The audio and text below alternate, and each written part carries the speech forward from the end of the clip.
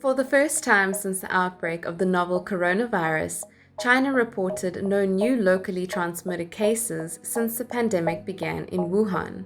South Africa confirmed its first COVID-19 case on the 5th of March, and it has taken only 2 weeks for the numbers to hit over 200. The government has suggested that everyone practices social distancing and self-isolation for those who may have been exposed to a person with the virus or if they have traveled to a country with high local transmission.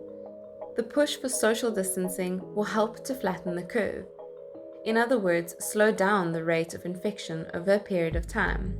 South Africa's infection rate is increasing at a sharp curve at the moment, where day by day the numbers appear to be escalating.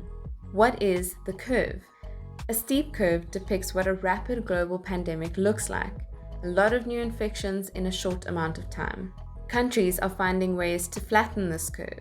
This is what a slower global pandemic looks like on a graph. The rate of new cases is lowered and is spread out over a longer period of time.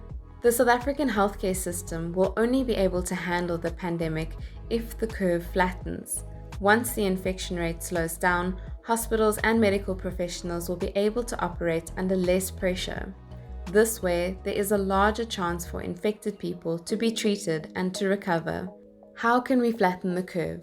Social distancing will exponentially decrease the rate at which the virus spreads. Washing and sanitizing your hands and not touching your face remains to be on the top of the recommended practices to slow down the infection rates.